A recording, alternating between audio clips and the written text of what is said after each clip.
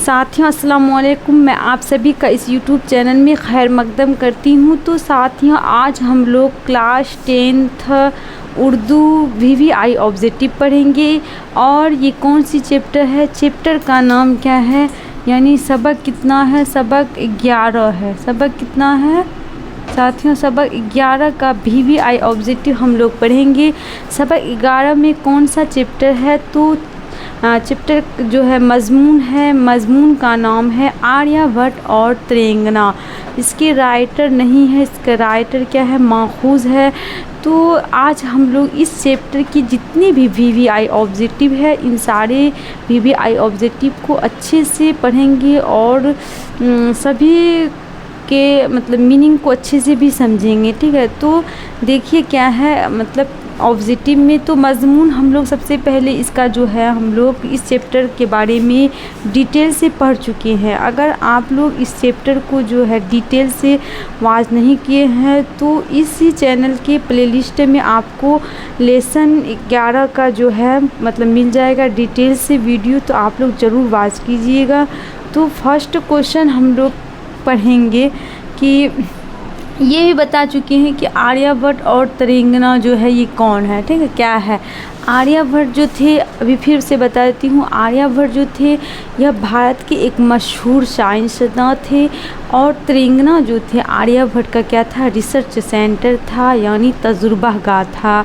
तो देखिए first question क्या है, फर्स्ट क्वेश्चन है हिंदुस्तान में गुप्त दौर को कैसा दौर कहा जाता है। फर्स्ट क्वेश्चन क्या है, फर्स्ट क्वेश्चन है हिंदुस्तान में जो है गुप्त दौर को कैसा दौर कहा जाता है। तो हिंदुस्तान में जो है गुप्त दौर को कैसा दौर कहा जाता है, जवाब में हो जाएगा सुनहरा दौर। कौन सा दौर कहा जाता है साथियों, तो सुनहरा दौर कहा जाता है। सुनहरा दौर को हम लोग अंग्रेज़ी में गोल्डन एज कहते हैं और हिंदी में स्वर्ण युग कहते हैं। अब हम लोग समझेंगे आखिर गुप्त दौर को सुनहरा दौर क्यों कहा जाता है। इस दौर को सुनहरा दौर इसलिए कहा जाता है क्योंकि इस दौर में हर तरह की तरक्की हुई थी। ठीक है, तो आप लोग फर्स्ट क्वेश्चन समझ गए हैं कि फर्स्ट क्वेश्चन जो है क्या था, फर्स्ट क्वेश्चन था हिंदुस्तान में गुप्त दौर को कैसा दौर कहा जाता है। ये क्या है आप लोग एग्ज़ाम के लिए बहुत ज़्यादा इम्पोर्टेंट क्वेश्चन है। तो इसका जवाब क्या हो गया, गुप्त दौर को सुनहरा दौर कहा जाता है।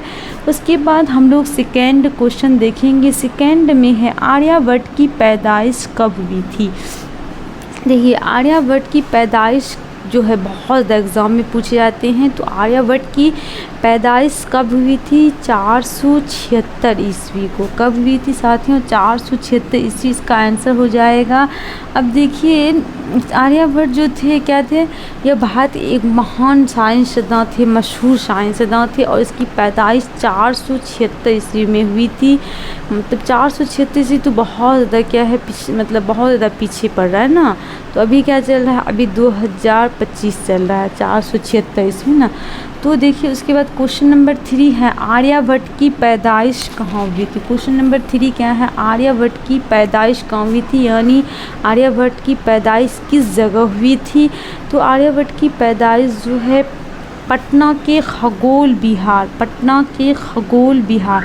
तो आर्यभट्ट की पैदाइश जब भी आप लोग एग्ज़ाम में आएगा कि कहाँ हुई थी तो पटना रहेगा कभी कभी ऑप्शन में, तो सिर्फ ज़िला का नाम रहेगा या सिर्फ खगोल रहेगा, और कभी कभी जो है आप लोगों का राज्य यानी रियासत का नाम दे देगा।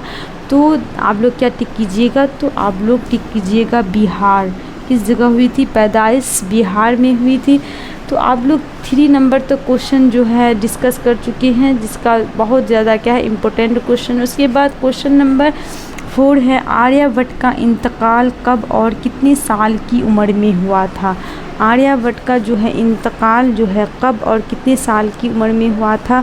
तो आर्यभट्ट का इंतकाल जो है 564 ईस्वी में 88 साल की उम्र में हुआ था। आर्यभट्ट का इंतकाल, जवाब में क्या हो जाएगा, आर्यभट्ट का इंतकाल 564 ईस्वी को 88 साल की उम्र में हो गया था।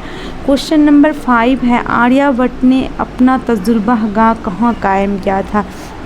आर्यभट्ट जो थे यह मतलब सैयारों के बारे में, सितारों के बारे में जानकारी लेने के लिए इन्होंने एक तजुर्बागाह कायम की थी। तो वही क्वेश्चन पूछा जा रहा है कि आर्यभट्ट ने अपना तजुर्बागाह कहाँ कायम किए थे, यानी अपना रिसर्च सेंटर जो है वो कहाँ बनाए थे। तो इसका राइट आंसर क्या हो जाएगा, त्रिंगना नाम का एक जगह है जो पटना में है। कहाँ पर है, पटना में है। तो इसी जगह जो है आर्यभट्ट ने अपना तजुर्बागाह बनाया था। तो उसके बाद क्वेश्चन नंबर 6 है, आर्यभट्ट ने किस साइंसदां की रहनुमाई की थी। आर्यभट्ट जो है किस साइंसदां की मतलब मदद की थी, रहनुमाई की थी। तो आर्यभट्ट जो थे पाइथागोरस, कौन थे, पाइथागोरस जैसे साइंसदां की रहनुमाई की थी। तो पाइथागोरस को जब भी किसी चीज़ में मतलब मुश्किल होती थी तो आर्यभट्ट से क्या लेते थे, मदद लेते थे। तो क्वेश्चन आप लोगों के एग्ज़ाम में आएगा कि आर्यभट्ट ने किस साइंसदां की रहनुमाई की थी। तो जवाब में क्या है, पाइथागोरस। जहाँ भी दिखेगा आप लोग टिक कर दीजिएगा।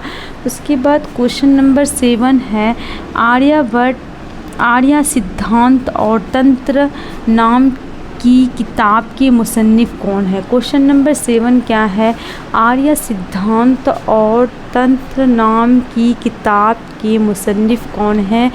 तो आर्य सिद्धांत और तंत्र किताब के मुसन्निफ़ जो है आर्यभट्ट है। कौन है, आर्यभट्ट। आप लोग यहाँ से टिक कर सकते हैं कि आर्य सिद्धांत, आर्यभट्ट ने अपने नाम से ही अपनी किताब लिखे हैं, आर्य सिद्धांत और तंत्र।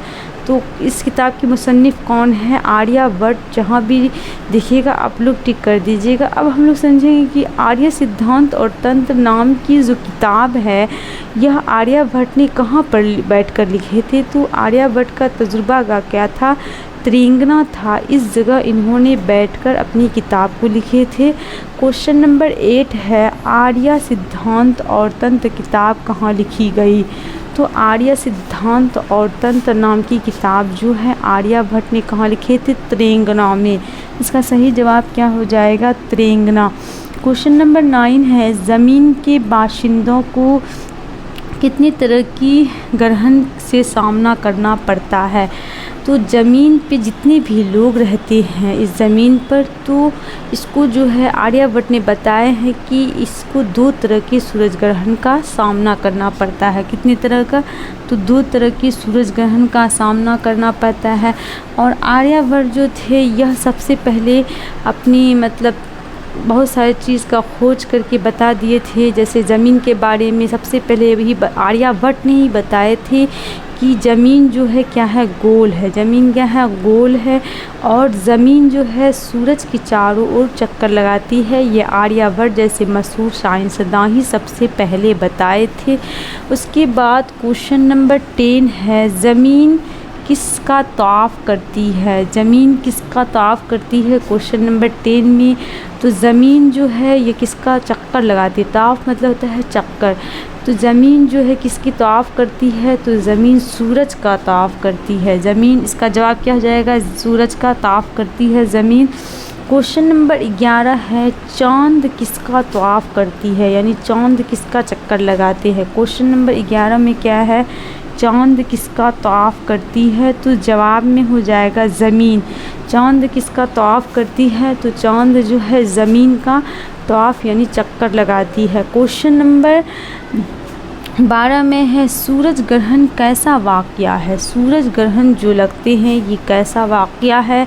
तो सूरज ग्रहण एक जोग्राफियाई वाक़या है। सूरज ग्रहण कैसा वाक़या है, सूरज ग्रहण एक जोग्राफियाई वाक़या है। क्वेश्चन नंबर 13 है, मुल्क बैरून मुल्क के साइंसदां सूरज ग्रहण का मुशाहिदा के लिए पटना कब पहुँचे थे। ठीक है, देखिए क्वेश्चन नंबर 13 में बताया गया है कि मुल्क बैरून मुल्क के साइंसदां जो थे सूरज ग्रहण को देखने के लिए पटना जो आए थे, आखिर वो तारीख़ क्या थी।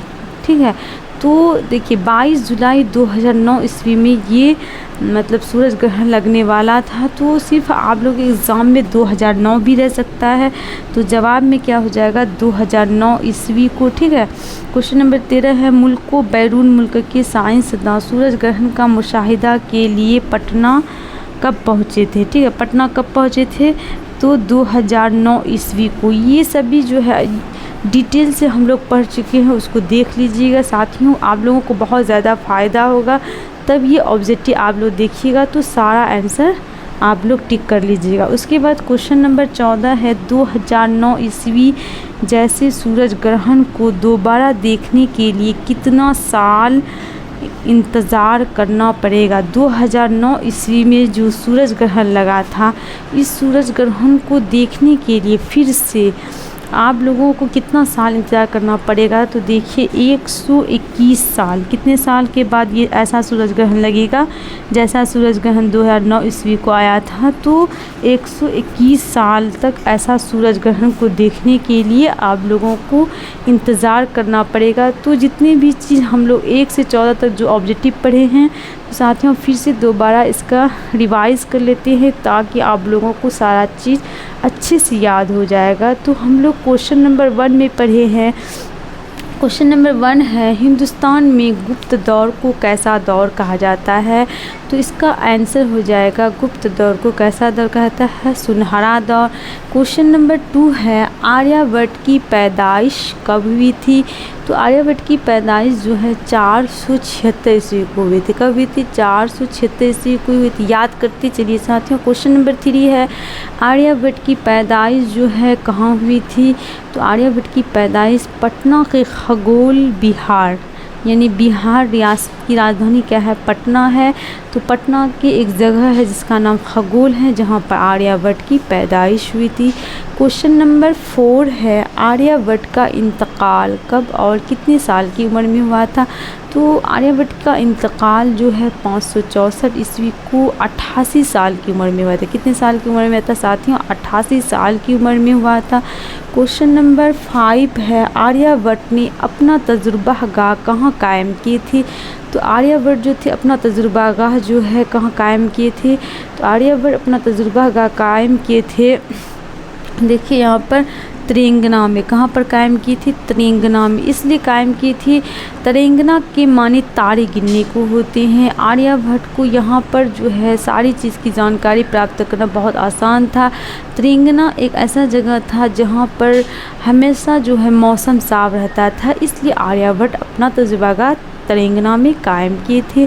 उसके बाद साथियों देखिए क्वेश्चन नंबर 6 में है आर्यभट्ट ने किस साइंसदान की रहनुमाई की थी। तो आर्यभट्ट पाइथागोरस जैसे साइंसदान की रहनुमाई की थी।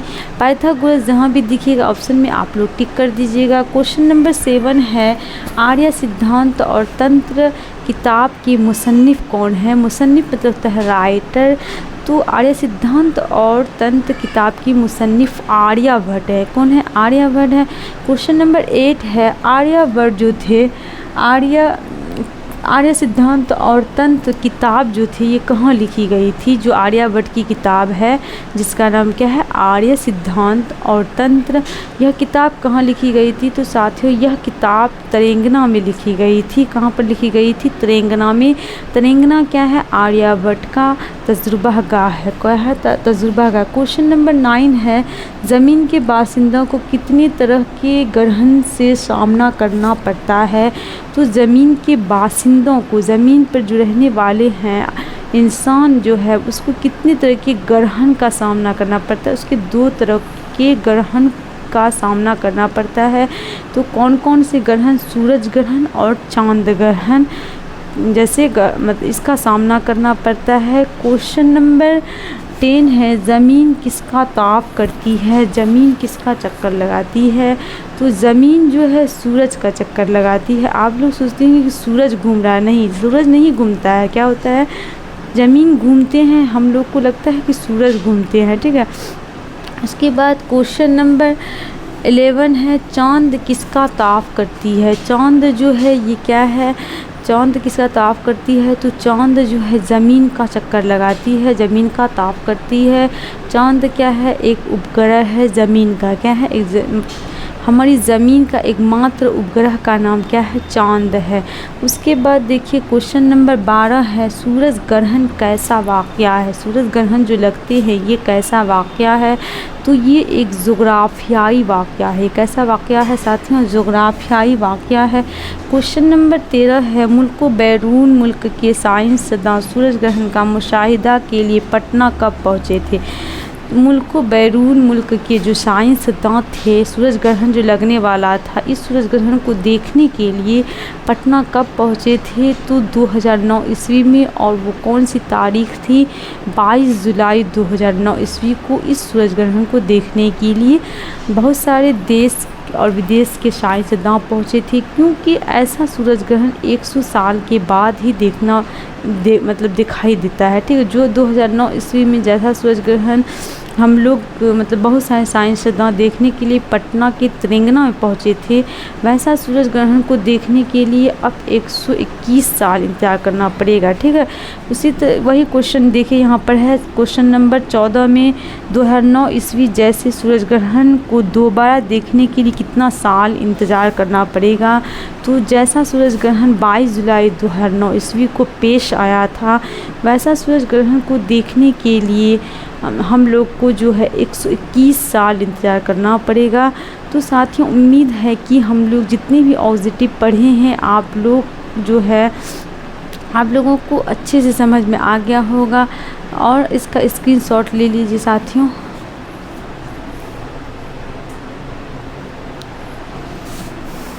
साथियों, आप लोग अगर उर्दू का PDF चाहते हैं और टॉप लेवल का है, कैसा है टॉप लेवल का मतलब नोट्स या PDF बोलिए है, और मतलब लेना चाहते हैं तो आप लोग व्हाट्सएप में इस नंबर पर कांटेक्ट ज़रूर करें।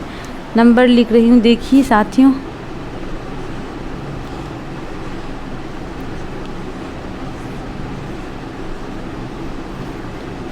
टेंथ का उर्दू का अगर आप लोग नोट्स लेना चाहते हैं और रेट है सिर्फ 99 रुपया, और मतलब इस नंबर पे आप लोग कांटेक्ट ज़रूर करें। नंबर है 8083666293। इस नंबर पे आप लोग व्हाट्सएप में कांटेक्ट करें, और आप लोगों को सिर्फ मतलब रेट कितना है 99 रुपया में आप लोगों को ये नोट्स मिल जाएगा। तो साथियों, अगर वीडियो अच्छा लगा है तो लाइक ज़रूर करें और सब्सक्राइब करना ना भूलें। दोस्तों को ज़्यादा से ज़्यादा शेयर करें। शुक्रिया।